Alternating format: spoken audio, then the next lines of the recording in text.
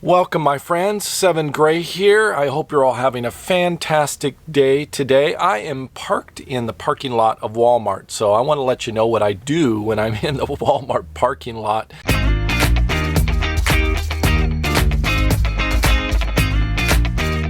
Today I'm going to be making some Jun, that's J-U-N.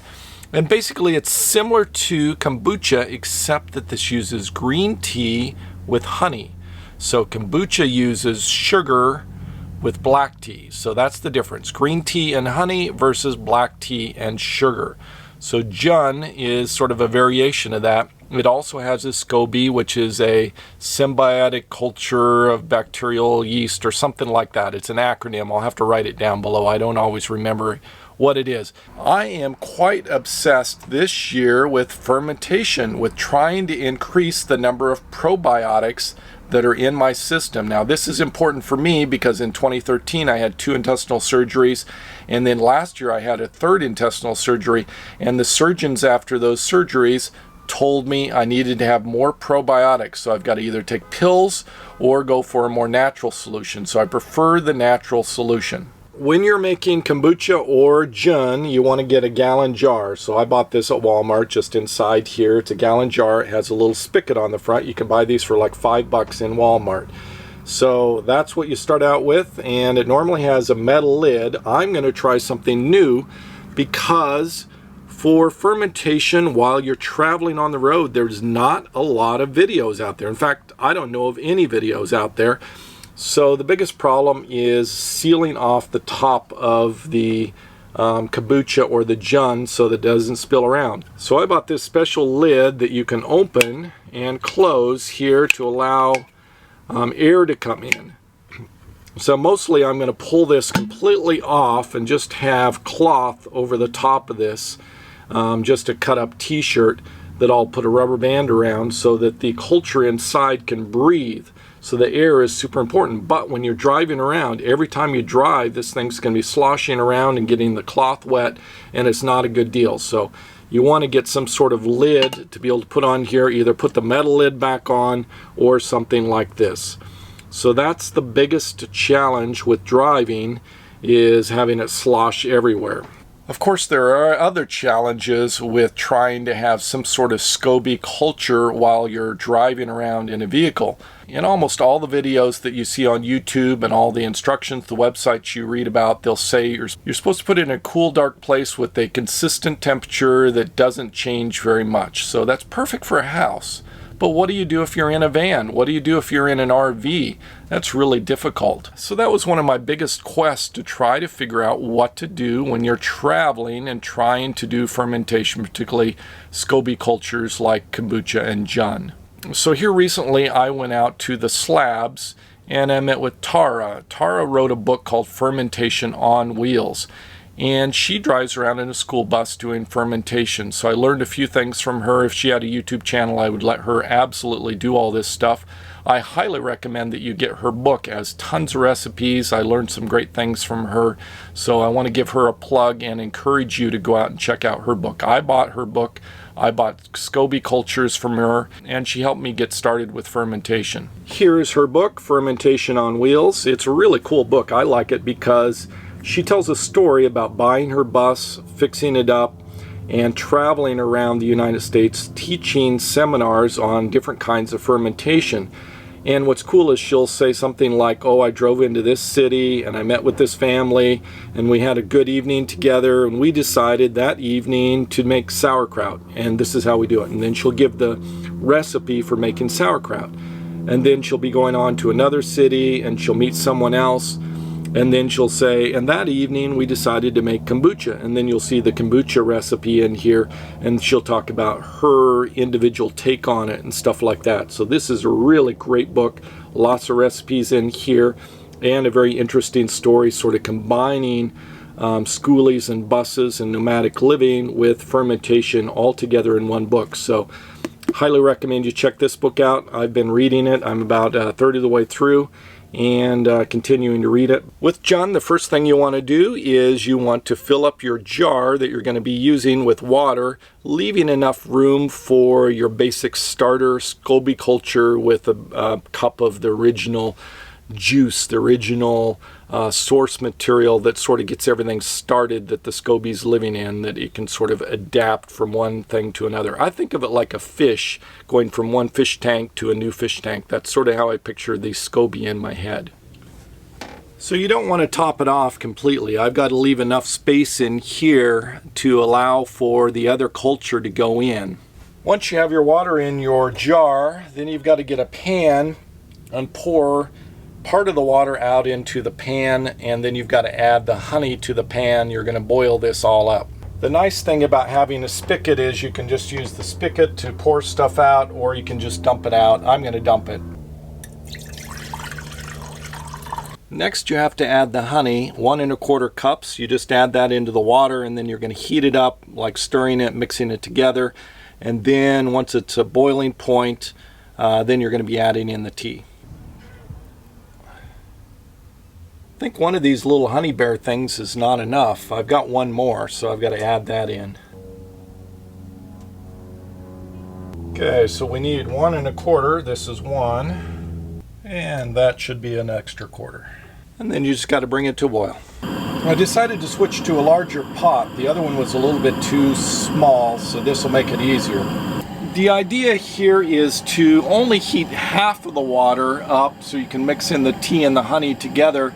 Then you mix this half that's hot with the cold water or the cool water, room temperature water that's in the jug, because you need to have everything in the glass container at room temperature before you add the SCOBY culture. Otherwise you'll kill the SCOBY culture. So it's really important that the temperature that the SCOBY enters into is roughly the same as what it has now. I should mention that I'm not an expert in this, not at all. I'm a beginner. I'm just learning all this stuff. And the problem I'm having is there's not a lot of resources out there on the internet and on YouTube about how to do this while you're living in an RV or a van. Everything is pretty much directed towards living in a house in a stationary place without moving all around. So I've been trying to figure out how to overcome these hurdles and how to make kombucha and jun and fermentation while you're traveling. If I make mistakes, or if you have comments or ways I can improve it, please write something down below.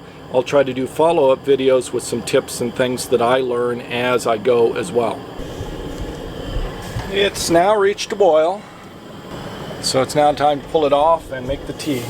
You want to use 4 tablespoons of this green tea, and I'm just going to steep it the traditional way with boiling the water over here, which is coming to a boil right now. This is the loose leaf variety, by the way, so you've got to use a spoon. As I understand it, the SCOBY culture doesn't really eat the tea at all. It doesn't use it as a nutrient source. It's more like that's what it likes to swim in. Like a fish swimming in the ocean, it's not eating the ocean, but that's the environment it likes to live in. The food for the kombucha or the food for the jun is actually the sweet source, the sugar, or in this instance with the jun is going to be the honey. So that's the nutrients that it's going to be eating off of. At least that's the way I understand it. The water that I put in this kettle was also water that I took out of the jar here. Again, you want to use all the water from the jar rather than fresh water. Otherwise, you're going to have too much stuff inside of your jar and it's not going to all fit. Just got to wait 10 or 15 minutes for this to steep now. It's been about 15 minutes, so I'm going to go ahead and pour the tea into the pot with all of the honey and the water. And then I'm just going to let it cool in there. There's a number of ways to do this. You could pour it directly into the jar right now. That way that the water in here will help it cool down, and then wait till it gets to room temperature. Or you can do like I'm going to do, just let the pot cool down a bunch before you pour it in there. Or if you have a big enough pot to start with, you can pour the gallon container all into the pot and then just let it cool down. But regardless of the way you do it, you want to make sure that the temperature inside of the jar when you get everything mixed together is about room temperature before adding the SCOBY. That's the important thing. Now I've poured the entire pot of tea into the pot over here with the honey and the water, and I'm just going to stir it up and let it cool to where it's fairly cool before adding it back into the jar. Hope I don't spill this honey concoction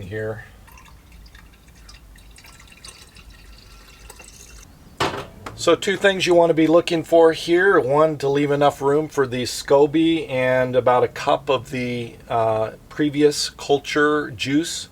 And then also to make sure that the temperature here is roughly room temperature, which it is. It's cool to the touch. It's not even warm at this point. This is the previous SCOBY here, and the Jun tea is a little bit lighter in color than kombucha, more like a golden yellow. And the SCOBY itself is pretty disturbing looking. It's a slimy culture thing, but it sure makes some yummy drink.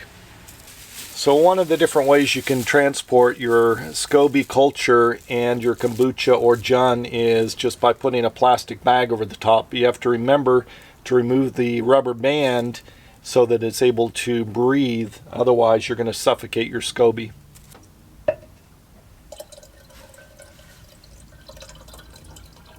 And here comes the SCOBY. And there we go. SCOBY is in its new home and it's floating on top.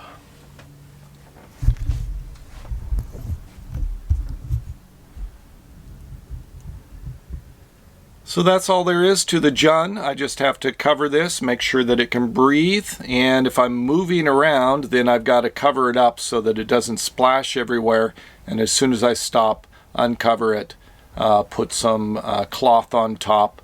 I used a cut up t-shirt. This is just one of my black shirts like I'm wearing here. I took an old one and cut it up so it's cotton and just put it over the top with a rubber band around it. It works fantastic. One last thing you need to know is when your Jun is going to be done. When you're in an RV, a camper, a van, anything like that, the real factor in that is going to be the temperature and how much you're jostling around. So there is no hard and fast formula like being in a house, which is going to be 3 to 4 days. Instead, what I recommend doing is getting a pH tester, and when it hits about 3 on the pH, then it's probably going to be done.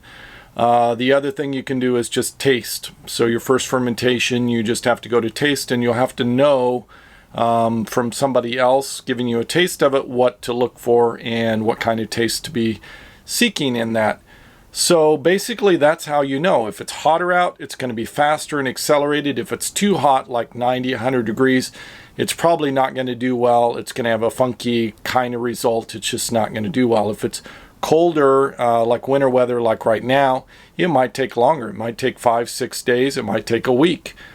So you've just got to, bide your time and watch the pH and just start tasting it to where it tastes about right. And then you stop it and you do the second fermentation. I'm going to do another video for the second fermentation, so watch for part 2 on this when I finish it up, and I'll try to give you some more tips on what to do with Jun and kombucha in an RV, van, or camper. That's all I have for this episode, so I'll check back in a later episode. You'll be able to see the second fermentation and hopefully the final results. And if I learn anything about doing this while I'm traveling, I'll include those tips. Thank you for watching. Savor the moment. See you next episode.